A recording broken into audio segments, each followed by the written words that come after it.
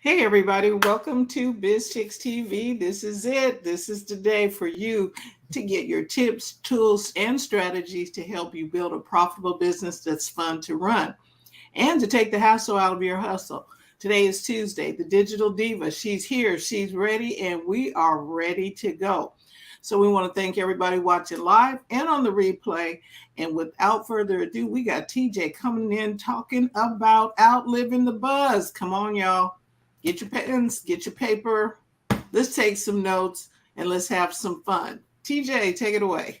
All right, welcome everybody to another marketing chat this week, and we got something good to talk about. We're going back in the past. Last week we talked about the pink sauce lady and the updates with her. So now I got another update of a past topic, a marketing meltdown. I called it when I listened to the replay.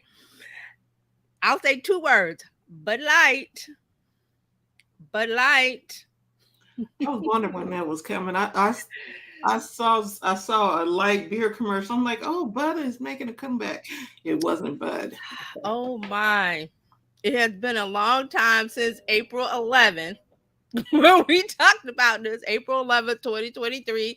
We talked about it because in April it was just blooming. It was just coming out because of March Madness. So now we're going to do a recap. We're going to go through and we're going to see what's new. There's something going on new that we got to talk about. So, what happened with Bud Light? I hope everybody knows, but what happened was they decided to do an influencer campaign with Dylan Mulvaney, which is I think she's an actress, Broadway. She's done Broadway, transgender. Okay, so they made some cans with her face on it, and she got the product and did her video on her Instagram, and it all went not because of her. And we talked about this, and I wanted to make sure it's not about, even though that's what you hear about woke and those, it really wasn't about that. When we talked about it, it was about marketing messaging, the marketing brand.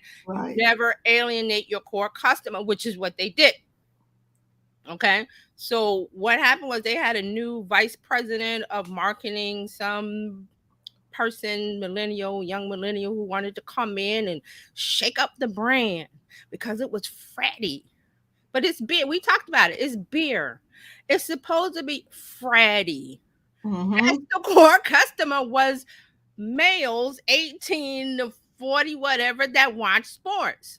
So remember, we talked about it, that the messaging that she portrayed or said, and I remember that we watched, and I said, listen, don't look. And I'm gonna play it again. I said, listen to her words, don't look. And the words were off brand because she didn't know what sport it was. March Madness, what is that? A couple Basketball. other things. So do we remember? Yep. Okay. So I'm gonna play a couple videos so we get refresh, and then we're gonna get the update of what's going on. So let me bring up. Good morning, Dr. Tachi. Hey, Tachi. Dr. Tachi. Why am I saying Tachi? Dr. Tachi. We trust all is well where you are. Oh, yes, Florida. That's right. I forgot. I hope everybody is going to be okay. So let me make sure. Can we see that? So I kind of I can isolated it. So I think I need to refresh. Let me see what happens. Hi. Impressive carrying skills, right? I got some Bud Lights for us. So I kept hearing about this thing called March Madness, and I thought we were all just having a hectic month, but it turns out it has something to do with sports. And I'm not sure exactly which sport, but either way, it's a cause to celebrate. This month, I celebrated my day 365 of womanhood, and Bud Light sent me possibly the best gift ever, a can with my face on it. Check out my Instagram story to see how you can enjoy March Madness with Bud Light and maybe win some money too. Love ya! Cheers! Go team! Whatever team you love, I love too. Okay. Love ya. Okay, break a leg. Woo! Okay, so That was one of the campaign messages on Instagram, a little short reel. There was another one where she was in a bathtub saying some things. But what I said then, and I still stick to now, is the messaging was off, and it's been proven right. Messaging was off. Anheuser-Busch, I'm not sure. I'm not even remembering the number. Their market share went so far down, like 20% or something in the last 2 quarters. They're really hurting. And so what I said back then was that they should have they could have stick with this thing, but do a new brand. Yeah. It's real easy to slap a new label on it and then have it where it's not patronizing or whatever, to welcome that culture in. But they didn't do that. They decided to do this because somebody said, which was the vice president, that she disappeared she disappeared. Nobody can find her. She was like, "Oh, I know how to handle this. We'll just get an influencer, blah blah blah." Which I was like, "No, there's a way to do it." So, there is one more video. Go ahead. I had another video queued up. Let me see if I can find Yeah, it. it sounds like they were going to try and crash crash the culture. She was just going to run in and just Yeah, she was just change. going to get new customers because it's shoehorned. Right. She was just going to go, we're just going to put them in here. I'm like, you can't do that. You can't just bum rush your core people and think it's going to be okay, because they were like, what? It is really oh shoot, I'm sorry, go ahead. I had it, and it's I'm trying for it not to play until I'm ready. Right. You just let me know and we can just. Yeah, I'm just okay.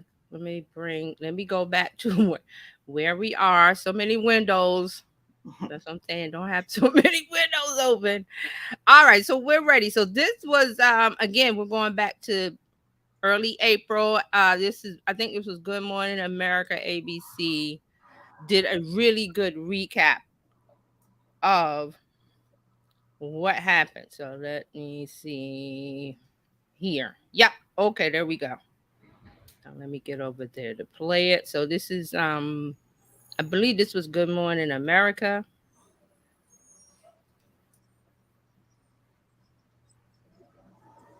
You got audio?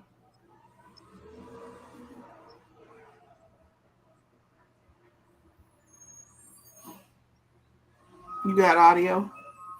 Okay, hold on. So there's no audio? All right, hold on. Let me see. Let me get back to you. I got a separate window. Hold on. Now, when I brought it up, let me take it off. Okay, stop. All right, let me bring it back and see what happened to the audio. So the audio tab is there. Okay. Yeah. Is the volume up on the okay. You can't hear it through my speakers either? Uh-uh.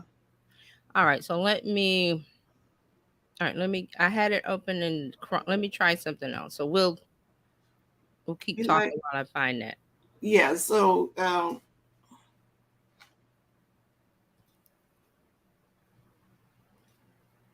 yeah, so that's what happened. Yeah, Mark has a comment, but as we said, Mark, it was the marketing message. It had nothing to do with Dylan herself. Right. It has nothing to do. Unfortunately, it became about her because that crowd, that's what they want. That's what they want. And we're going to talk about where she is now and things. So she, don't cry for me, Argentina. She's doing well. Dylan is thriving and surviving and thriving, like we said last week. Mm-hmm. But that's what it is, and there's an extra component. I'm gonna bring it in, but we're setting the base, we're setting the background to refresh your memory of what we talked about. So I want to pull up. Hopefully, this will work. Right. Yes. Mark was saying such a bright spirit could inspire so much hatred. But if a business's primary consumer is made up of homophobes and transphobic people, there may be a bigger problem than their marketing. And again, it wasn't necessarily about Dylan. Right. But they made it that way. They did. Right.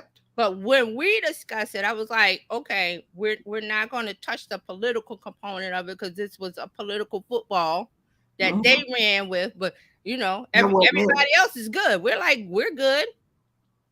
Right. We're very good. It was just like, who are you talking to? Okay.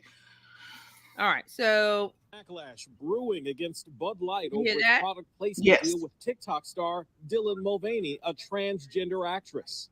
I got some Bud Lights for us. Her post on Instagram last week, showing her surrounded by cans of beer, connected her transgender status to what has historically been a male-dominated brand. This month, I celebrated my day 365 of womanhood, and Bud Light sent me possibly the best gift ever, a can with my face on it. The hashtag Go Woke, Go Broke has been trending online, with some customers turning against the beer, including musician Kid Rock. Bud Light, Anheuser-Busch. Have a terrific day. Bud Light and its parent company, Anheuser-Busch InBev, have apparently been silent on social media. Not a single tweet from either since the day of Mulvaney's Instagram video. But the company did release a statement after false claims were made about the Bud Light marketing team being fired, saying, "From time to time, we produce unique commemorative cans for fans and for brand influencers like Dylan Mulvaney. This commemorative can was a gift to celebrate a personal milestone and is not for sale to the general public." Bud Light had been kind of a brand of bratty, kind of out of touch humor. Bud Light's vice president of marketing recently appeared on the Apple podcast Make Yourself at Home. This brand is in decline. It's been in decline for a really long time. And if we do not attract young drinkers to come and drink this brand, there will be no future for Bud Light. What does evolve and elevate mean? It means inclusivity. It means shifting the tone.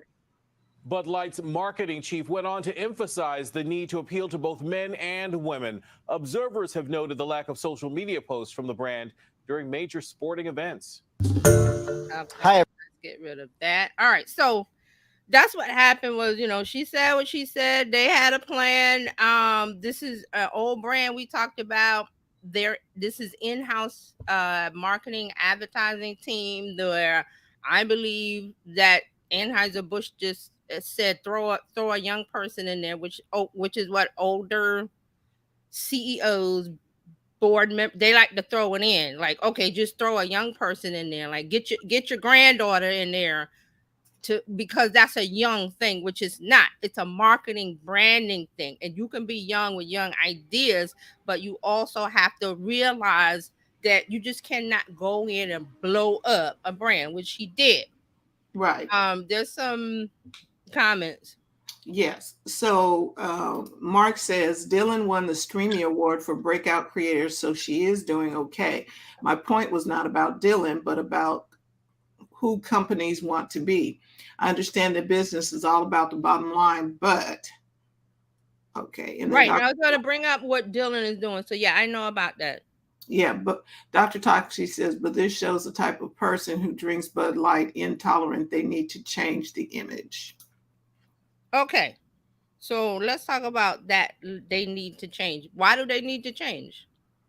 When before this, they were fine with the core customer they had males 18 to 44 that watch sports and they were happy with drinking Bud Light or whatever brand because it was sports and beer. Right. So, but why do they need to change Bud Light? They don't need to change Bud Light. They needed a new brand. That's why I said all they had to do was come up with a design, get some new labels, because they already have the process of making the beer in place. They could have come up with a whole new marketing campaign, a whole new brand, a whole new everything, left the core customer alone. I'm not saying that now we're getting into politics where you got to change people's thoughts and ideas because they like beer. I say leave them alone. They weren't bothering anybody. That's how I feel about it as business. Now, if you bring in politics in it, that's a whole different ball of wax. So I don't bring politics in.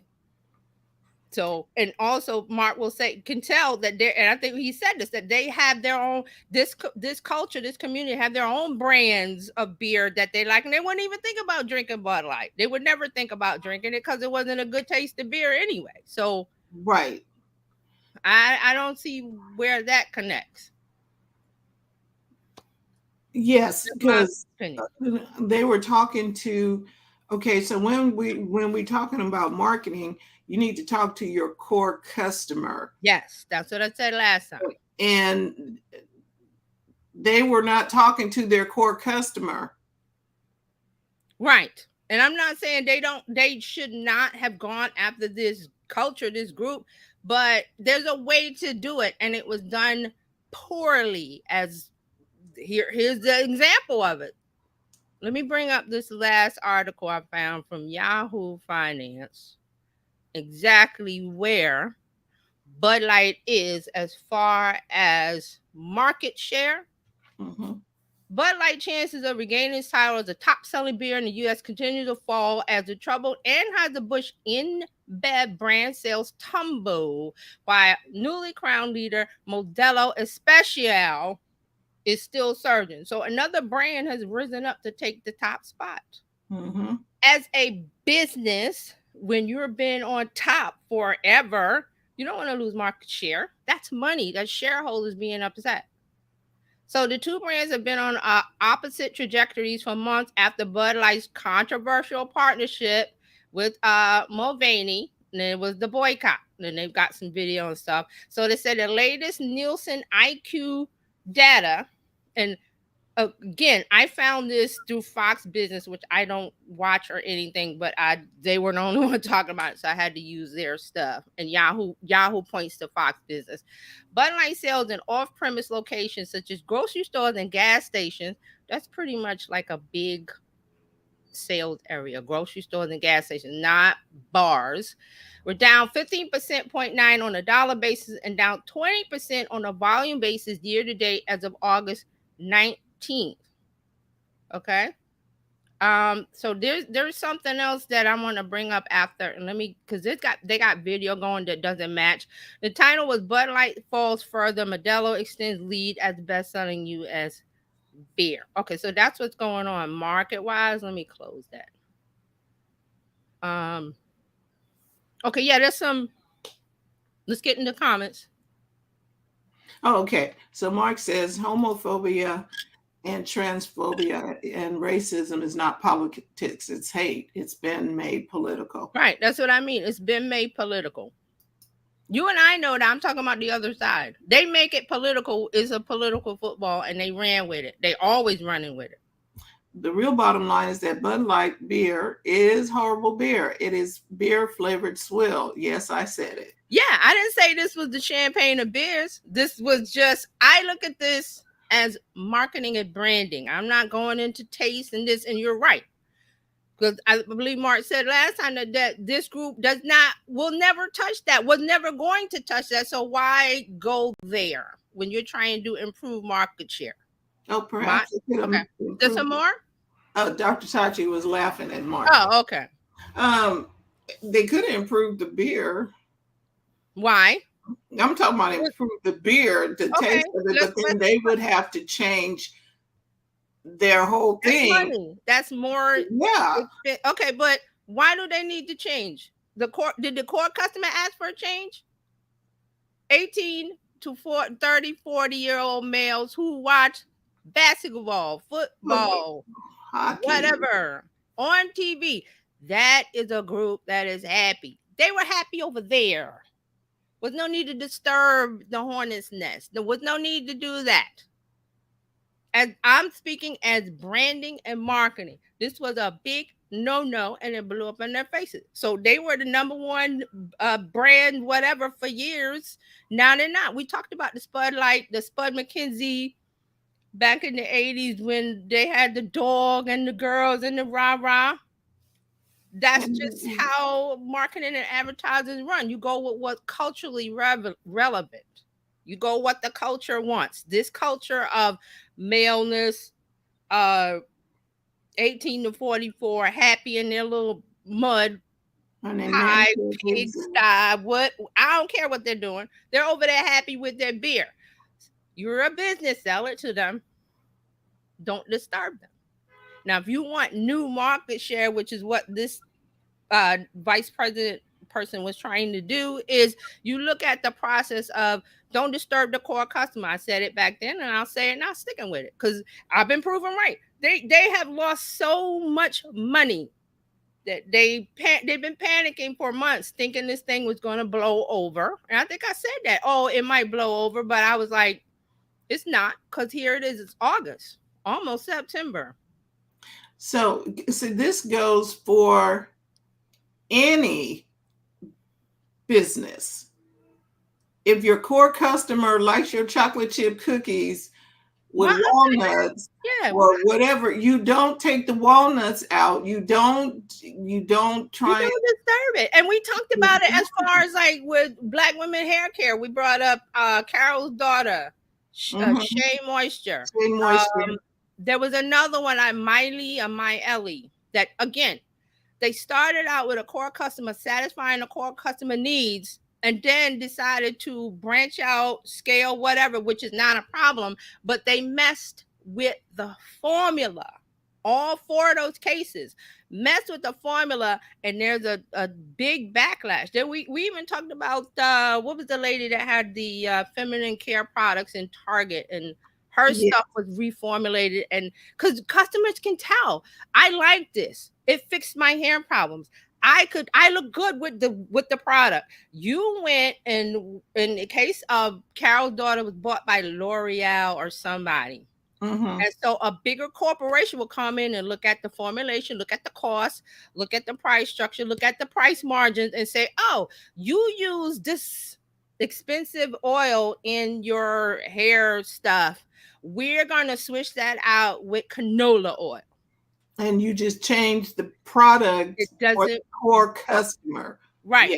So they think it's okay to swap. I'm gonna say jojoba oil. I'm just throwing out an oil. There's specialty oils that work well with our hair. I think jojoba is one. There's a couple of them, but they're more expensive than canola oil. Canola oil is the oil on the grocery store.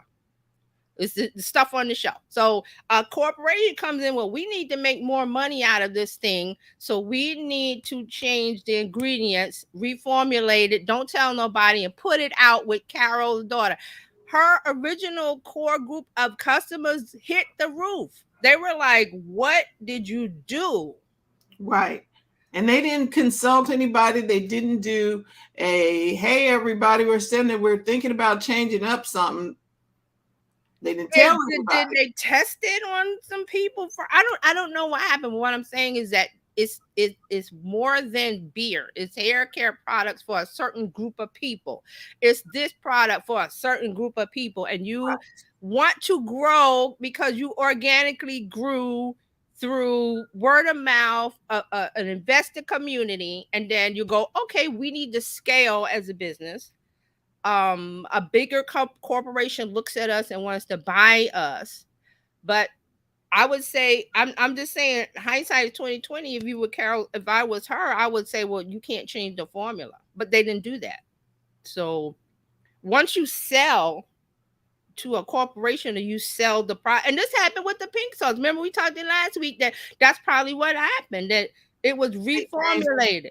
They said they reformulated the pink sauce. Right, because she was making it in the kitchen. It had to go to a lab and be shelf. So if you don't legally put in there, say, you can't change they're going to do what they want because they bought you. They bought you. Right. Same thing with X and Elon Musk. It used to be Twitter. Elon Musk bought Twitter and did what he wanted, because that's what you do in business. Unless you stipulate, okay, before we sign these papers, you can't change the formula. If you change the formula, you have to be forward thinking, or look forward to say what are the mind things that could happen with my specialty group of Black women, or this women, or that group or that group. Will it upset the apple cart with them? Because that's still you. Carol's daughter is still called Carol's daughter. So I don't know that it was bought by, if I don't pay attention to those things business-wise, I don't know that she was bought out by a large corporation. I'm going to go when I see her in the street, I'm just saying, making a joke. I'm gonna be like, girl, what did you do? I don't, it was working. So she gotta face that. So you have to look at it as, especially as your name or face on the product. You gotta go, well, what happens to this thing when you buy it and you completely change it and upset my core customer? Hey Dean. Dean has some comments. He said consistency. Look at New Coke. It was a miserable failure. Same thing. Don't be changing it. And nobody asked you to mess with Coke. Did the core customer of Coke ask them to change it to New Coke? I think there's a documentary on that I watched about that. Nobody asked for it. They were greedy and they wanted more money. Anybody asked you to mess with Coke? Now I saw a documentary on how Coke got started. I was like, right. There's one, but there's also one specifically about New Coke. It's like it's Cola Wars or something. I have to watch it again. But that's what happened. And Mark had something about the Clydesdales. They tried that and it didn't bring that up. Yes. Okay, so right after this happened in April, first of all, Anheuser-Busch said nothing. They went radio silent. They didn't say yay or nay or what they were trying to do. And then they brought out the Clydesdale because that is their tried and true Budweiser brand logo of the Clydesdale. So they tried to bring that back to, and they had a whole, I think I did a little short on it on my YouTube channel. They tried this whole America flag waving, all of the not smoke signals, but the signals that would trigger the core customer who is, America, and that's what they tried, but it didn't work. And they tried that, I believe, in like April. It didn't work. So they don't know what to do. They're still spinning their wheels because they haven't regained market share. Let's get back to Dean's great comments. Dean said McDonald's brand is constant worldwide. The Big Mac is the Big Mac wherever you go in the world. Yeah. And a matter of fact, I was following somebody on TikTok or somewhere, how I got onto it, that this black woman moved to Dubai and she went to McDonald's and she was saying, in Dubai, here's the McDonald's. And it was like, it's the same. So that breeds familiarity and comfort to the core customer.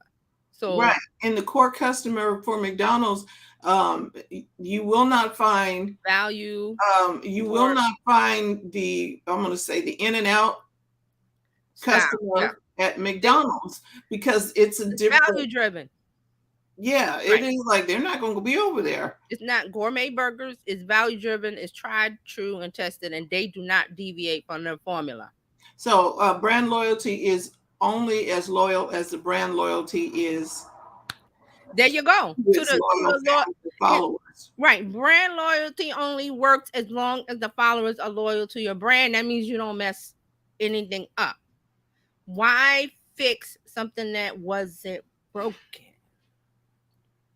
Now, Anheuser-Busch and Pepsi's. Yeah. Got a dance. Thank you, Dean. You're hitting it. Got to dance with who brung you. That's just how it is. That's just how it is. So now we're going to talk. I'm bringing all this up because I discovered this. Now I got one more article. Hold on. This is a site I don't like to go to, but I got to bring it up.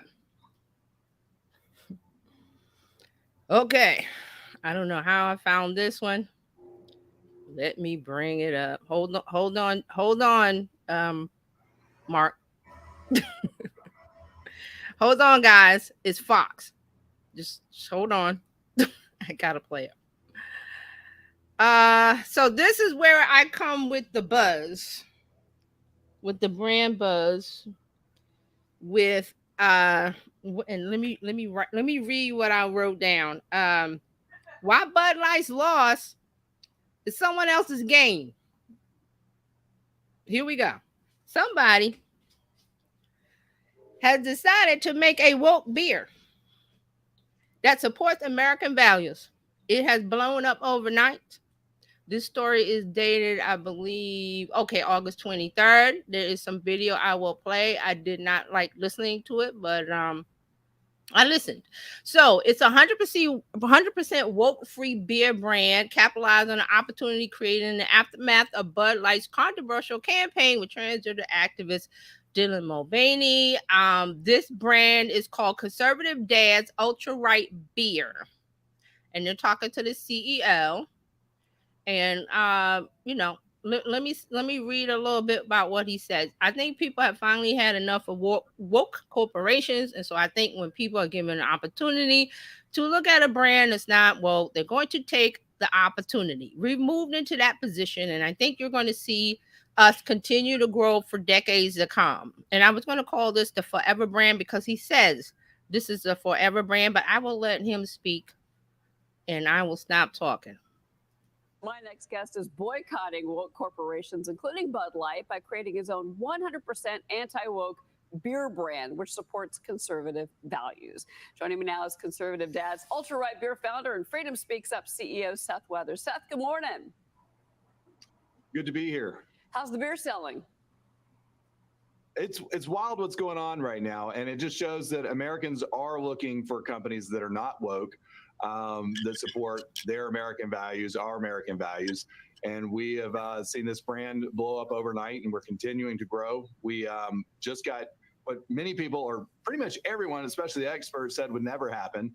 And we have statewide distribution here in the state of Georgia now, the state of Arkansas, and quite a few other states lined up that'll be rolling out of the next few months. So this is going to be a forever brand that supports the values of our drinkers. You know, it's interesting because obviously the Bud Light controversy is something that you capitalized on in a smart way. It's pretty impressive the way that your numbers have jumped and your sales have jumped. Now you've got Modelo, and that's now beating Bud Light for sales. We've never seen this before, Seth. Your response to that? No, I think it just shows you where Americans are. I think people have finally had enough of woke corporations. And so I think when people are given an opportunity to look at a brand that's not woke, they're going to take the opportunity. And, you know, we moved into that position, and I think that you're going to see us continue to grow for decades to come. And again, I think there was a point that we reached where enough was enough. And I think that's where a lot of Americans were at. And I think that's why Conservative Dad's Ultra Right Beer has been such a huge success. Yeah, it really has. It's gotten the national attention for sure. Tiana Lodesh is on set with me. She's got a question for you. Hi. So even independent of, the message I see here, it's a 4.8% ABV. Bud Light is low, 4.2. Modelo is low. And then you have a lot of IPAs. That's a big trend. Do you think that this beer is sort of almost representing the missing middle in terms of ABV, the taste, something you can sip on that isn't light, but also you can, not have a hangover the next day? Yeah, no, that's a very good observation that I think a lot of people have not noticed. So what we did, we wanted a beer that everyone could drink. Everyone's, that's a broad term, obviously, but that a lot of people would appreciate and enjoy. A lot of Americans would enjoy drinking as a regular, beer to have on a weekend. You don't want to drink an IPA all the time. You also don't want to drink beer flavored water all the time. So it is a very good mix somewhere in the middle from flavor and ABV value as well. How are you getting this? What are your sales? What's your distribution look like now? As far as I know, you've got the website, aware of that, which you've actually got on the cans, which is smart. But what's your distribution strategy look like? And are you expanding now because you've gotten so much attention for the beer? Yes, rapidly. I mean, we're sending this beer out by the tractor trailer load. And what I was saying earlier when I mentioned the statewide distribution, we're in stores now in Georgia as of about a week ago, statewide. And we're going into all the package stores. So if this is your moment, anti-woke Americans, if you're in Georgia and Arkansas right now, any place you go to that sells alcohol has the ability to get Conservative Dad's Ultra Right Beer. We're already in hundreds, if not probably thousands of stores across the state of Georgia and Arkansas, but we can be in any store. So if they don't have it, tell them you want them to carry it, because they should also, if they're going to carry other brands, they should carry ours. So you can go up to your local package store and you've got, all those other brands we talked about, and you got Conservative Dad's Ultra Right Beer displayed right next to them. This is something that doesn't happen in the beer industry. You don't just all of a sudden get statewide distribution in stores all over the place. It's what the people have done, and they've demanded it, and that's what's caused this. And so I'm excited to see where this goes. And we've got a lot of other states we're about to launch into. And so go to your local store. If you're in Georgia and Arkansas and quite a few other states coming up soon, tell them you want Conservative Dad's Ultra Right Beer. This is why I think your beer is doing so well, Seth. I think you're a big piece of that. Seth Weathers, come back anytime, sir. Thank you. Okay, I couldn't wait to stop playing that. Okay. I will let everybody speak. Yeah. All right. Let's start at where we left off. Dr. Tashi says, yes, tried and true trash. Mm-hmm. American values, you mean hatred. Mm-hmm. Dean said, want to do something different? You can launch a new vertical, not messing with the loyal base, like carry Coke, etc. Keep Coke, and then introduce other different. That was yes. I brought that up last time that they should have done a new vertical, and everything would be fine because you're not alienating anybody. And I mean, when I say fine, I mean fine as business branding, market share, shareholders being happy. That's what I mean. And then Dr. Tachi says, this is the stupidest thing I ever saw. It's the type of rhetoric that causes atrocities like Jacksonville. And then Mark says, someone should, okay, come on. Mark says someone should make woke beer, one sip and the clan robes fall off. They dance at a K wedding with trans women, welcome immigrants to their neighborhood. I love it. Somebody should. You're right. I wish somebody would make a woke beer. And Dean says, look at what Disney is becoming. Change the brand experience on your loyal core buyer. They are paying the price for their disloyalty to their base. Exactly. I agree. The ultra right beer consumers don't need to get drunk. They're already drunk with delusion. The ultra right, need to drink. Oh, okay. Right. Smart cat, were you sure? Yeah, very smart. Dr. Tachi says yes. To Mark. Mm-hmm. And like it or not. Yes, because this is America. This is capitalism, corporations. You are free to start any kind of product you want. That doesn't mean that everybody should buy it. I say everybody's not your customer. No, everybody's not your customer. And this probably is not going to get higher than the Mason-Dixon line. So. Exactly. So his words were, this will be a forever brand with lasting power. And I said, absolutely not. And let me bring up Exhibit A. To why this beer will not last. Let me bring up what else. Oh, where is okay, share screen. Anybody? Well, I know you might not remember this, but this is something from the 70s. Anybody remember something called Billy Beer? I think I was like a kid. Okay, Billy Beer. And that Jimmy Carter's brother? Jimmy Carter. His brother, right? Right. During the campaign, his brother was the buffoon, the silly, and the press ate it up, trying to denigrate Jimmy Carter because who was he running against? Reagan? I'm not sure. I'm not sure the details. I don't know who he was running with when he won the presidency, but this is something they brought up because they were from Georgia, like this man, Jimmy Carter, peanut farmer, real honest, hardworking, truthful values coming through. And they found his brother who was played the fool, the clown of this, and he would get drunk. He would be drunk everywhere. And so they decided to make beer called Billy Beer. And it was a novelty. It only lasted a year. That's it. It's a novelty. A novelty. Because go ahead. I think because just back to marketing 101. If you supplying a product for people based on getting back at somebody else, it's not going to last. Right. It is not going to last. You can keep trying to do that, but you went into the business for all the wrong reasons. This is a novelty, a flash in the pan. So, so this company called Fall Cities Brewing Company, their business were doing bad. So they jumped on this in 1977 and decided to make this beer because here is from the story. So in 1977, a company approached the country's most visible drunken redneck, their words, not mine, about forming a partnership. Never wanted to turn down free beer or an easy buck, Billy agreed to market his own brand of beer. So they going through the story, it was like the beer tasted horrible. It didn't last. It was a novelty. And then once Jimmy Carter became president, his brother kind of faded into the background. But it was a novelty. It was a story for today, and it didn't last. So I immediately thought of Billy Beer when I heard about this guy's beer. Like, it's not a forever brand. He may have a couple, and then I read some more that the beer was like very expensive. This woke beer the guy has is some kind of very expensive beer. And the comments, I read some of the comments on Yahoo, which I don't like to do, but I read them. And some of the comments were about the taste and the cost. It's very expensive. So Right. those are two things that don't fit within beer culture. It has to taste good, and it has to be a reasonable price.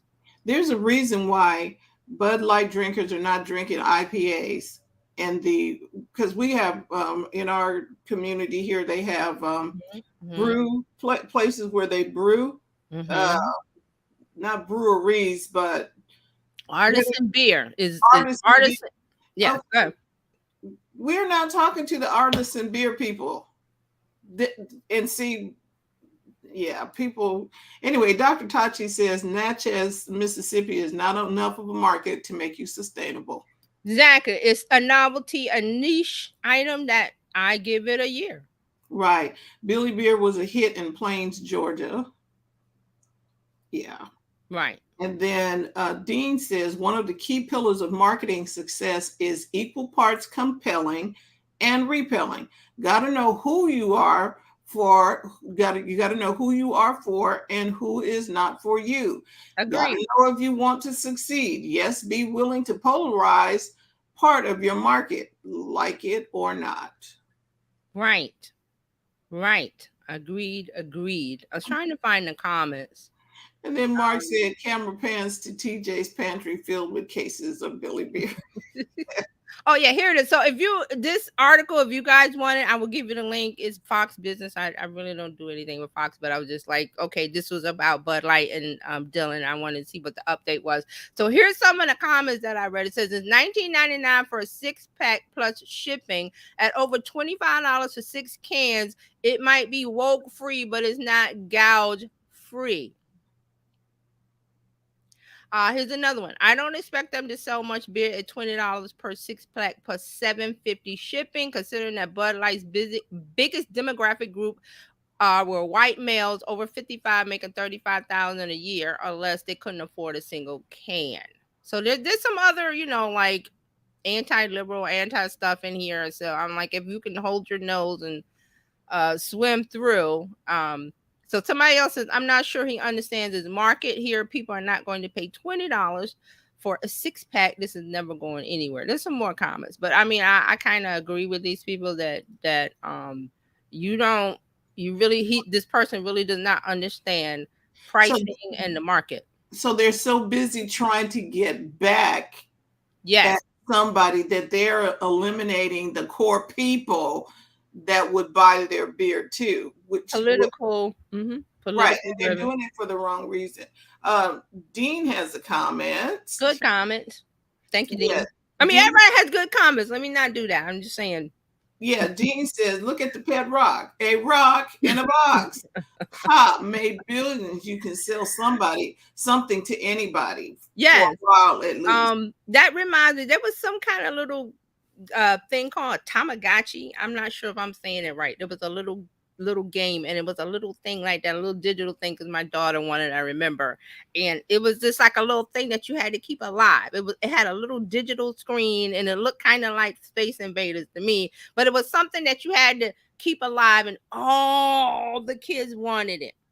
And you had to push a button at a certain time. You had to feed it, and then there was the finger spinners. Anybody remember those spinners? Fidget spinners? Yes. The finger stuff. The fidget spinners. Novelty items. Novelty items. Dr. Taji has a comment. She said, if you ask me, he saw a business opportunity to make money off of people who detest wokeness. Otherwise, if he really believed it, he would have tried to make it affordable as possible. 100% yes. correct, Dr. Taji. Thank you very much. This is a And that's why I said this is the American way. You see an opportunity, you go in and get it. It's not a now he's thinking this is gonna be a forever brand and money trucks are just gonna pull up to his house every day. This is They gonna are last. not. This is gonna last for a while. And I'm like, yeah, make it. Let them buy it. Charge them $20. Charge them $30. Charge them more. I don't care what you do with that group. They're already what you already got people like, look, dude, you forgot if you wanted us to buy it, it wouldn't be $20 for a 6-pack. And he wasn't see, he's doing the same thing that Bud Light did. They missed their market.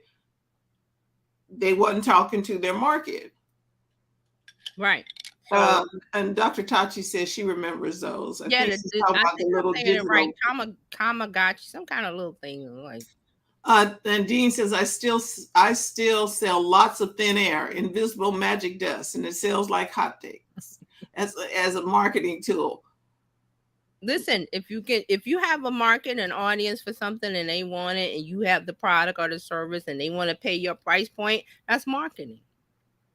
The right product for the right person at the right time in the right place. I think I changed it around, but that's what I usually say marketing is. So I'm not mad with this person. I don't want to shut him down. Make your woke beer. I don't really care because it's not for me. He's got a market for it. If they want to buy it, you guys over there have fun in your little mud pond. And it's basically who your audience is. And really, if you stop him, you stop everybody. You can't stop him from being a business and going into business. And if you want, you're not going to change people's mind about what they want to buy. The new Coke people were like, nobody asked you to try and give us some new Coke. We like the Coke we got. You cannot sell the unsellable. You cannot convince the unconvincible. That's where a lot of people are frustrated about social media and why they slap up something and they got a link to some crappy item, product, service, and they go, what nobody's buying? Because you got something that nobody wants. There's a whole section of stuff that has to happen. It has to be something that people want. It has to be of value. And obviously, this is of value to this group. So I say, hey, let these guys dance in their party over there. Have fun. I'm going over here. And there are people like, okay, there are the Dyson people who will buy a Dyson product regardless of what it is. Dyson came out with these headsets that had a mask attached to it that supposedly filtered the air and did something else. There were people who bought that, but what do you see it being sold in Best Buy? Dyson, no, they know their core customer, and Dyson products are very highly expensive. They're very expensive. Obviously, deliver the value. They do. I don't know about this headset with the mask on it, but somebody was gonna buy it, and it's kind of clunky and heavier and some. But the core Dyson people, they will buy it. Same thing with Peloton. Remember we talked about that. The Peloton people. It's a cult. But listen, Peloton is a business. They're in the business of making money, making their shareholders happy. They have a product that people want and love, and that's what you want. You want dedicated core customers who buy whatever you put out because you don't put out crap. 2, they know this. They know, like, and trust you. Right. So you ain't got to sell me. I'm already sold. So where do you want me to put my money? So this reminds me of Mercedes. Yes. Which is always known as a higher end car. They came out, I think, back in the 90s with this Mercedes 190E. The cheaper brand. I'm like, who told you to do that? But what did they have to sacrifice to do that? Quality, their image, because the car was crap. Okay. So listen, if you're Mercedes, if you're Apple, if you're Dyson, and you already laid out everything, and Apple doesn't put their stuff like discounted 50% off. They may put some things on sale, but quality went into that. Steve Jobs put quality into every single piece of an Apple product was looked at dissected. Steve Jobs was very meticulous about the screws and the little thing on the pad, and then he went over, and it infuriated everyone he worked with, but he knew what he wanted. He was the visionary. Right. He knew what he wanted. He was like, I'm not going to put out a crap product. I'm not going to put out, because this is me. I'm Right. putting myself on the line. So if you want to read a biography, he has a really is it a biography? Yeah, biography. Walter Isaac. Very good book. Now, I'm not saying Steve Jobs was a great person. He was a bad person in life to his friends and family or whoever, but I'm talking about business-wise. He was like, I am not going to settle for less than 100%. And some people that wanted to work with him or, was like working with him, they couldn't handle it. So he was like, okay, you're gone. Not in a like a Trump kind of way, in a kind of, I'm the driver. I know what I want. I'm driving this company and this is what I demand. Now, if you can't do it, then you have to go to IBM or whoever who settles for 80% or 70% of your, your effort or your genius. What he wanted people at 100%. So. Right. And therefore we now have products, and they do not sell stuff cheap. I don't care if it's no longer the new stuff comes out and they might take $100 off the old stuff. Has Apple had a misstep? Have they had a misstep? I mean, they've made some mistakes. I'm not saying they're perfect, but I mean a misstep as far as a product that their core customer doesn't want or didn't hit or didn't satisfy. And now don't they have the virtual headset thing coming out, the Vision Pro that people talked about and this and that, and I'm like, when that thing comes out, I'm just hold on. It's gonna blow your socks off, because I say that because I saw Robin Roberts did a test drive. Somebody on CBS, I think Gail King or one of them, they said it was they couldn't talk after they took it off. They couldn't talk. Robin Roberts, she said, I have no words. I cannot talk about what the experience was like because it was so mind-blowing. So I'm just saying, but that's what happens. And this thing, what is it, $2,000-$3,000? It's $3,500, dear. So if you have $3,500, you're going to go for that thing. They're going to pay it. And then because the one, the Quest Pro is $1,500 or right. And then didn't Meta had they had another one that was $2,500. They don't talk about that one so much, but okay. So I'm just saying that's the market, and those people who are Apple enthusiasts who have the $3,500 burning a hole in their pocket, I don't get mad with them. That's them. Buy what you want, do what you like, do what you want with your money. I'm not upset with them at all. Because there's a lot of people that go, oh, with that money, you should be helping the poor. You don't know what people are doing. If they're on that level, you don't know what they're doing with the rest of their money. You don't know what they're giving. You don't know what's happening. So I don't judge that. So I don't have it. So I'm not buying it. I know I'm not buying it. So let them enjoy it. Just like with this beer. I don't want this beer, but somebody does. Right. So let them have it. Have fun. Dean says 4 M's, right market to the right market, market to the right market at the right moment in the right medium.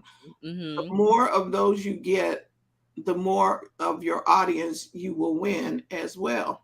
Then I said this before, when I was in school, they call that the 4 P's, but I don't see anybody saying 4 P's. I just say, the right message to the right market at the right moment, the right medium. Yes, that's it. So that's all it is.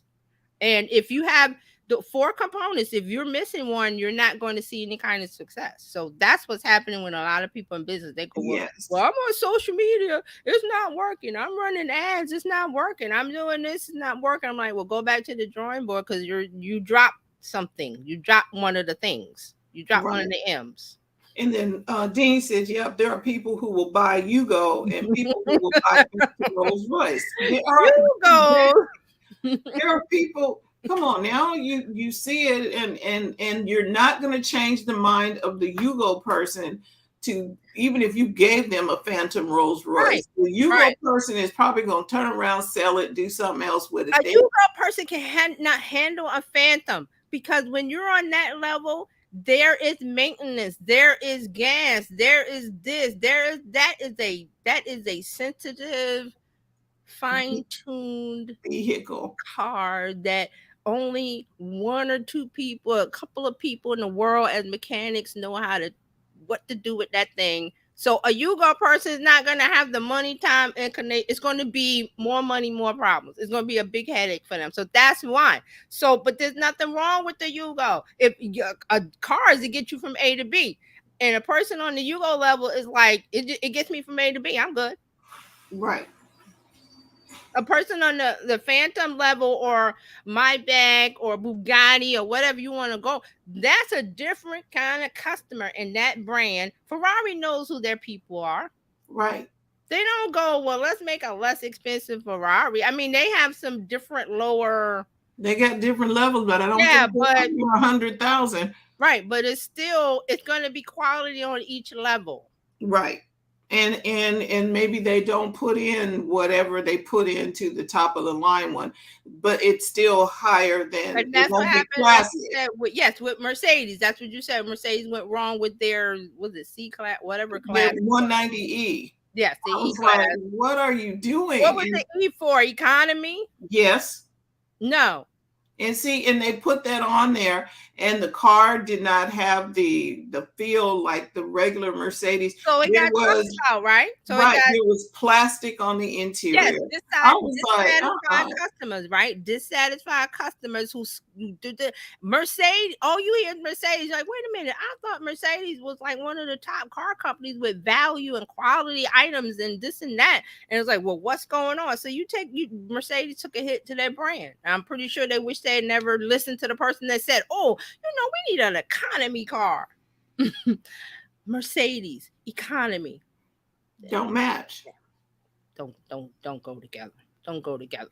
And so, there's the people that say, well, it's too much. It's too much. Well, you have to decide if that's a car that you want. You have to decide how to get the money to get it. And remember, once you get that car, there's the maintenance part of it. Oh yeah, because there's an e-service. There's an e-service, a S service. Because you have to take it in every so often to do those services. And you can't take it to Tom's tow truck in the corner. No, you can't do it. Or like here in New York, we have in my neighborhood, there's the guys they got a little van, and you can pull up to the van and then little van mechanics on the street. Yeah, we got that. We can fix it for you. No. If I can't go to the place, if I can't take it to the dealership or whoever of quality that's going to work on my car, I'm not going to do that. Dean says even a free Phantom is not a blessing to some. No, because let's talk about that real quick. Remember Oprah and you get a car, you get a car, you get a car, you get a car. Do you know people were unhappy because they realized they had to pay the taxes, they had the maintenance, they had to get it home, she didn't do any of that. She just gave you the car. And so at the moment, you're like happy. Woo, I got a car. Now I got to pay. Wait, I have to pay the fee to get it home. I got to pay the taxes and the license. She didn't do any of that. Okay, so. You should have immediately sold it to somebody. If you didn't want it, right? You know what I mean? Right. So that's the deal. It sounds, sometimes free isn't, it ain't free. That's a lesson right there. Free is not free. It's not really free because you still okay. Wait, I gotta get it home. People were saying, well, why didn't she pay the taxes? Why didn't she? The license and the registration, you get to pay that. And if you went to New York or to Chicago to watch the show and you lived in California, how are you going to get that car home? So Oprah never gave anything away like that again. Or what, she gave away somehow. I think she built those or something different. But I'm just saying it was a good idea in theory. Like, I'm going to give away. And I think it was teachers. I'm going to give these teachers because they're hard working, they need a car. But then, you know, she forgot about, well, they're hard working and they don't got no pay money. a lot. Then they got a nice car, which put them in another tax bracket, another this, another that, and then, and they were like, So, you know, there you have it. But let me get quick to Dean says what there's always a prize for every prize. Yeah, I want to show what Dylan is up to. Dylan is doing okay. She is good to go. All right, so this is what was this? August 27th. Dylan Mulvaney flirts with Bud Light controversy in Streamy Awards acceptance speech. I'm gonna go have a beer. So she won a Streamy Award on Sunday for Breakout Creator, and she was very smart to talk about the beer in a tongue-in-cheek kind of way. So she's good. She's good.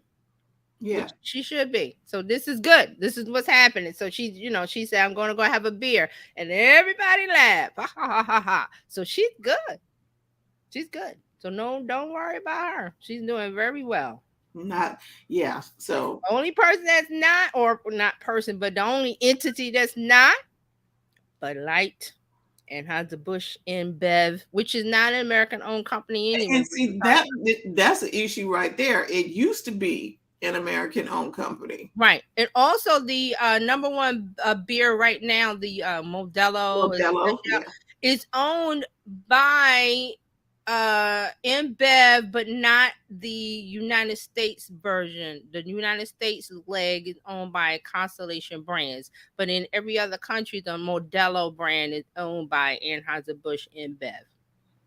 So, but they're not happy about what's going on in America. They're happy everywhere else. Everywhere else is fine. It's just here that they've lost that 20. I think it was 20% market share for the last quarter. Like Dean said, they didn't dance with the people in the United States was the one that got Budweiser on the map, no matter how distasteful the beer is. Right. The United States got them on the map. That's where they built their 100-year-old company. It wasn't out everywhere else. It was here. And now that portion is no longer bringing in, they lost market share. They lost their top spot. Right. So I did a quick search on Bud Light. So now Fox News, I'm not going to go to it. They got some, to talk about it today. Dylan Mulvaney mocks Bud Light controversy while criticizing trans. Some, you know, they're going to have their narrative. And I'm like, what? Go have fun, Fox. I don't watch you guys. So I don't really care what they're talking about. So she's good. The only thing that's not good is shareholders. Oh, that's right. The shareholders are not liking it. When all of this, and my point to this story is it all could have been avoided because, yes, okay, the vice president was like, oh, this is a Franny brand and we need to shake it up. And there's a way to do it. Like Dean said, have another variant, another another line, easy to do. He said about Coke. Coke had cherry Coke, this Coke, that Coke. All they do is change the label. And boom, boom, boom. More market share, more money. So Bud Light, this is what you should have done. You should have gotten together with people from that community, had a focus group, talked about what kind of branding, what do they look for. You should have done the work. You should have done the homework and then created a new line, call it limited. You could have done it for, you know, a few months to see how it, you know, how it was received. But like Mark said, Bud Light is not known as a tasty beer. There are lots of other beer brands and lines out there that people gravitate towards. So it's just that this one was cheap and it appeals to 18 to 40 who watch sports, who don't really care what they're drinking because they're watching sports, eating hot wings, eating Cheetos, and having fun with their boys, like we talked about with the that's why they had the campaign about what's up, and it was all the men. What you doing? Come over for the game. That's their culture. So you notice that they never tried to integrate women into that. because that's not the core customer. Exactly. Because women ain't gonna sit there and drink That's that. why are you changing Bud Light? It appeals to males, 18 to 34, 44, who watch sports together, laugh and this and that. And I say, let them. They ain't bother nobody. But you okay. know, changing the tweaking the lines is really good, because I just realized that what is that? Tide and Gain are the same company. Yes. But they got two separate audiences that they are talking to. I was like, hey, wait a minute. Yeah, variants. Because they know some people who want Tide, they know what they're getting. The people with Gain, they change the formula, they thin it out, but they put that scent in there because they smell. And so I was like, wait a minute. They own P&G owns a lot of detergent brands that are different. Look, they own Downy, they own Febreze, they own this, and you do not know that it's P&G unless you know. Each one has a brand manager who knows the core customer, and they don't deviate from it. But P&G has been in business for over 100 years, maybe. I'm not sure. Right, and so, but they don't tell the Tide customers you have to try Gain. They just like, okay, these people like Gain, we're just gonna create Gain for them. A variant, just like I said with Coke. Coke does Coke, Cherry Coke, Diet Coke, Zero. not Mountain Dew. Somebody else. I think Mountain Dew is Pepsi. But you see how that is all one company, and they just slap on another label. Change it, yeah, over there. Change it over there. Don't mess with these people. And then because you're appealing to different customers and you're making more money for the shareholders, which is their objective. Right. Dean said, yes, marketing is marketing is marketing, if you understand that. And then Mark says, Bud Light should rebrand as Bud Right. And then Dean says, marketing law, know your market. Ta-da! And we shall end on that. Know thy market, know thy customer. Do not upset them. Why? Did they ask for something new? They're happy in their little mud pond over there. Happy as pigs in mud. Leave them alone. Just throw some more mud in there.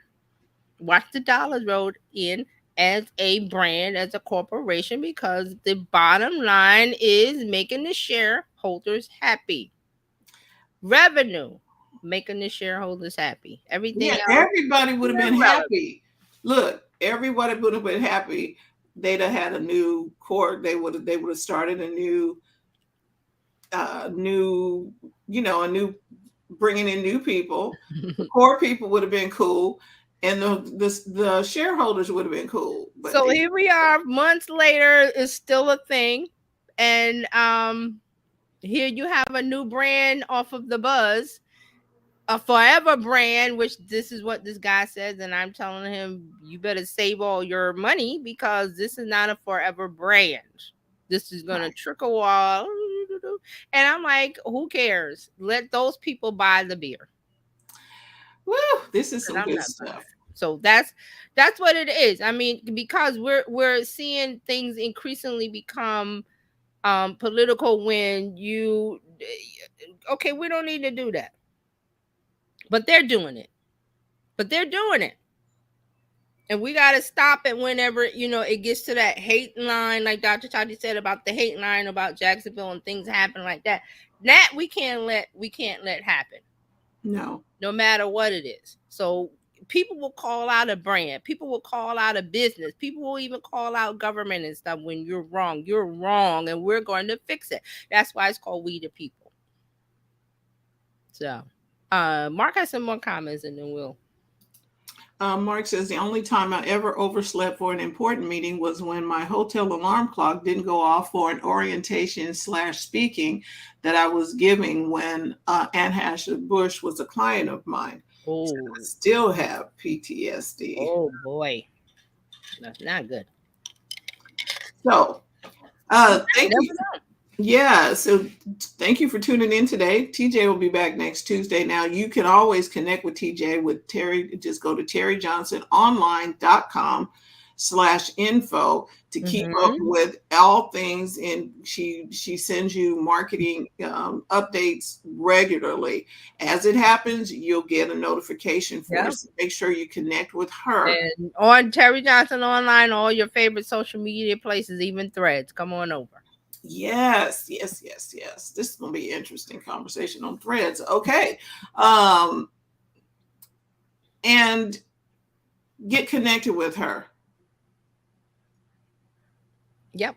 And then Dean says the market has the ultimate control. Thumbs up or thumbs down, the market decides. And it really does. The market is the market. That's what runs America, the stock market, and us and people. So right. And what the people want, you know, we don't have fidget spinners right now because the market has said we are done with that. We are not buying anymore. Yeah. The market responds to what we demand of it. So demand more if you want more. Just like this guy, he came out and he was like, he saw opportunity and he's jumping on it. I'm not faulting him for that. Let those people buy what he's selling. Right. And if he can get them to keep buying it, more power to you, dude. But enjoy. Not everybody is your customer. That is what we have been trying to say. But you are one of our customers and we are so thankful. So we would like to invite you to join bizchicks.net. Just text, you can text biz to 33777 or just click on bizchicks.net. Join the community. We always have some great people that present and can bring you information so that you stay informed and keep your business running like it should. We will be back tomorrow with Coach Karen, and it's going to be a good time. Yep. Always a good time. Every day. Every day. We here Monday through Friday. Thursday is all about your health and your wellness. And then Friday we'll be back. Dr. Tachi will be in the house. TJ will be in the house. Terry and I will be here. And we're going to be talking what's happening in tech right now. Tech is changing quickly and it changes very rapidly. The tech that you are using right now may be obsolete by the end of the week. We don't know. So you need to tune in so that we can help keep you informed. And we want to say thank you. You could have been somewhere else, but you're here with us. And Dean is talking about Beanie Babies and Pogs, etc. There's a whole thing. And then Mark says he made it to the meeting, but he oh boy. That must have been he made it to okay. Wow. Okay. All right. So we will see you. TJ will be back next Tuesday. So mark your calendar, get back here. She's always got something to make us think better about our marketing. You will be better. And thanks everybody for the comments. This is what it's about, having a lively discussion. It's not about agreeing with me or Fran. It's like I want to hear what you have to say, and then we talk about it, and then everything gets discussed. That's why it's a community. That's why we're here. It's not to be a lecture and say this. I want to hear what you have to say. What is your comment, thought, question, or whatever? And if you didn't say it today, follow us online and say it wherever you like to hang out. Right. Also want to let you know that First Monday is coming up, and apparently I got 2 guests coming on for First Monday. We got Mark Ward coming in from Chicago, and then we got Dean Hankey. So this is going to be good. Woo! Yay! So that happens on Monday. 5:30, we will be at the restaurant at Seasons 52 in Sacramento, California. But we will be bringing these 2 gentlemen in live into the space, and you're going to hear some great information from life strategist Mark Ward, and then from Dean, the Dean himself. I think he's a dean of marketing, but he is a customer. He's so much about customer. I love it. Customer centric. You're gonna learn customer centric with him too. He's very customer centric. Yes. So looking forward to that, and that's going to be. You can go to Eventbrite, and then you can go to our YouTube channel if you are tuning in from anywhere in the world. Just go to Bizchicks TV. But if you want the reminder, yes, you need to Yeah. Text biz to 33777 so that you can get the reminder and a link. Yep. Yeah. So thank you. We will see you tomorrow with Coach Karen. Have a wonderful day. And remember that we're here to help you build a profitable business that's fun to run and to take the hassle out of your hustle. We will see you real soon. Bye, everybody. Thanks for watching today. Bye-bye.